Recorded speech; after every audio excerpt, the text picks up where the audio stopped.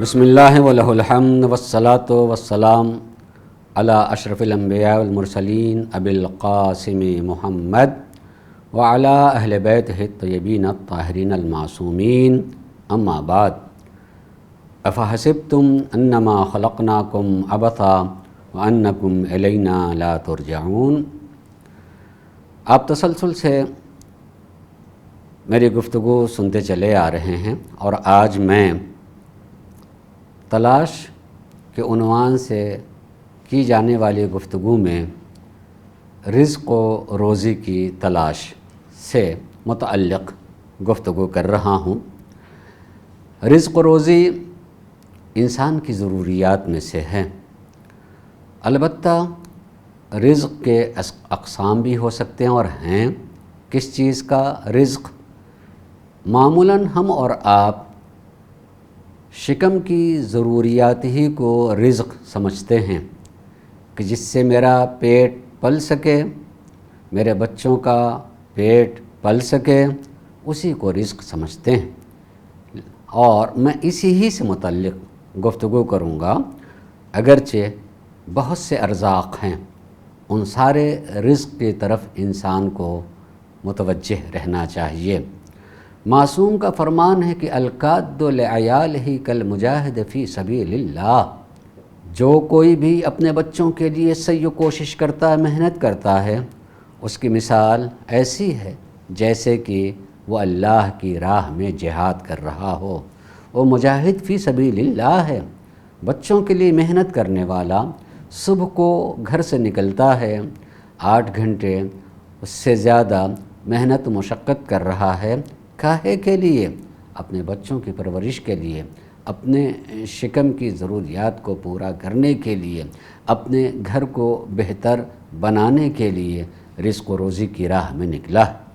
اور اس رزق و روزی کی راہ میں نکلنے کو معصوم نے جہاد کہا ہے، اور جہاد ہوتا ہے صحیح و کوشش کرنے کا نام۔ اور اس میں یہ بھی معصوم نے فرمایا ہے کہ جب محنت اور مشقت کرنے والا، رزق و روزی کا کمانے والا محنت کرتا ہے اور اس محنت کے نتیجے میں اس کے جسم سے پسینے نکل آتے ہیں، پسینہ جاری ہوتا ہے، اس پسینے کے قطرات کی بھی وہی اہمیت ہے جو میدان جنگ میں ایک مجاہد زخم کھاتا اور اس سے زخم سے خون کے قطرات جو نکلیں، اور وہ ان قطرات کی جو اہمیت ہے اسلام کی نگاہ میں، مذہب کی نگاہ میں، اللہ اور ائمہ اطہار علیہ السلام کی نگاہ میں وہی اہمیت، بلکہ اس سے زیادہ اہمیت اس مجاہد کی بھی ہے جو واقعاً کمائی کے راستے میں نکلتا ہے، محنت کرتا ہے، مشقت کرتا ہے، اور محنت و مشقت کر کے وہ اپنے گھر، خاندان، بال بچوں کی پرورش کر رہا ہوتا ہے۔ بس ایک فرق اور ایک سوچ ہونی چاہیے ہے، میری اس بات کی طرف متوجہ رہیے گا کہ ایک فرق اور ہونا چاہیے، اور وہ فرق یہ ہونا چاہیے کہ جب انسان رزق و روزی کی راہ میں نکلا ہے تو اس کے ذہن میں رہے کہ میں جو بھی کما کے لے کے آؤں گا وہ میری کمائی پاک ہو، حلال ہو، کہیں سے اس میں حرمت کا شائبہ نہ ہو، نجاست کی پہنچ نہ ہونے پائے۔ اگر ایسا کرے گا تو یقیناً اس طرح کے محنت کرنے والا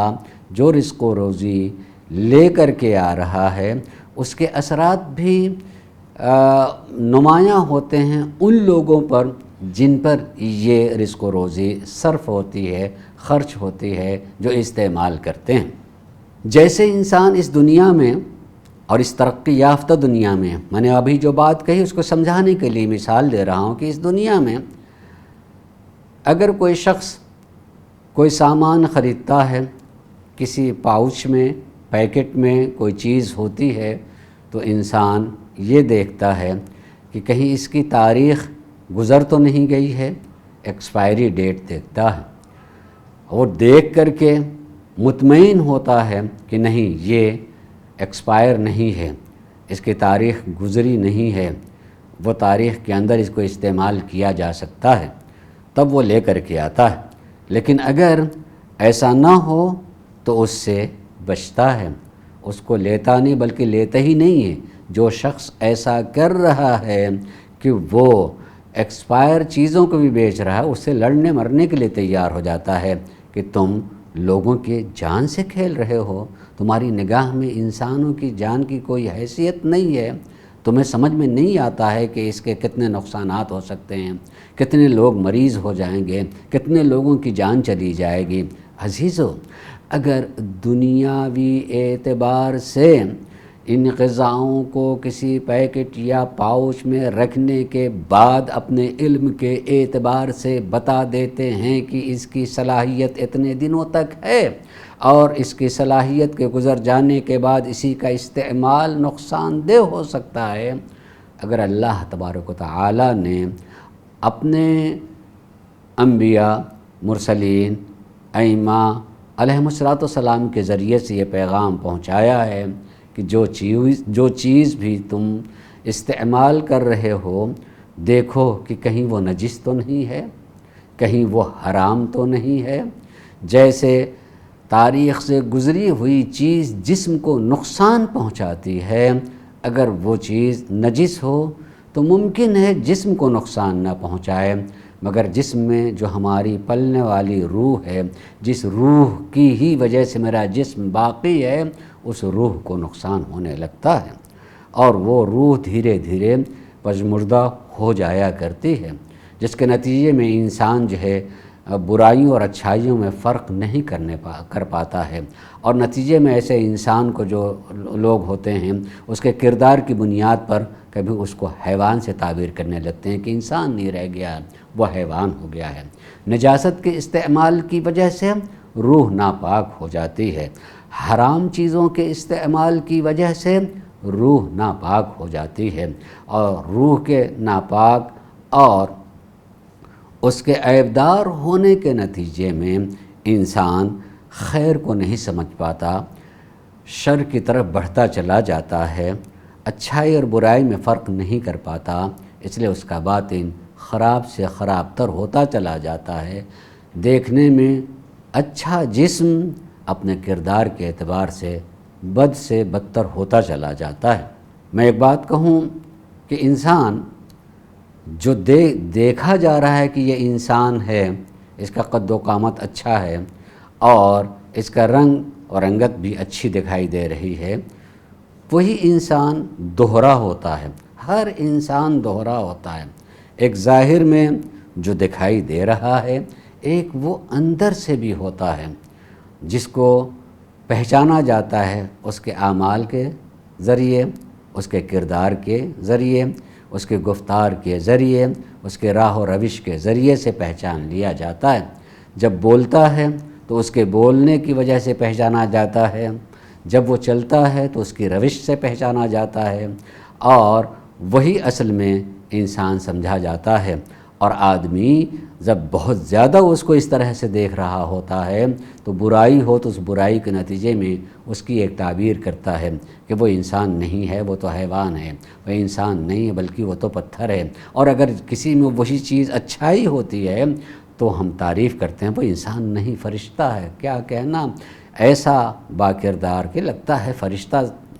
فرش زمین پہ آ گیا ہے۔ اس لیے رزق و روزی کے سلسلے میں انسان کو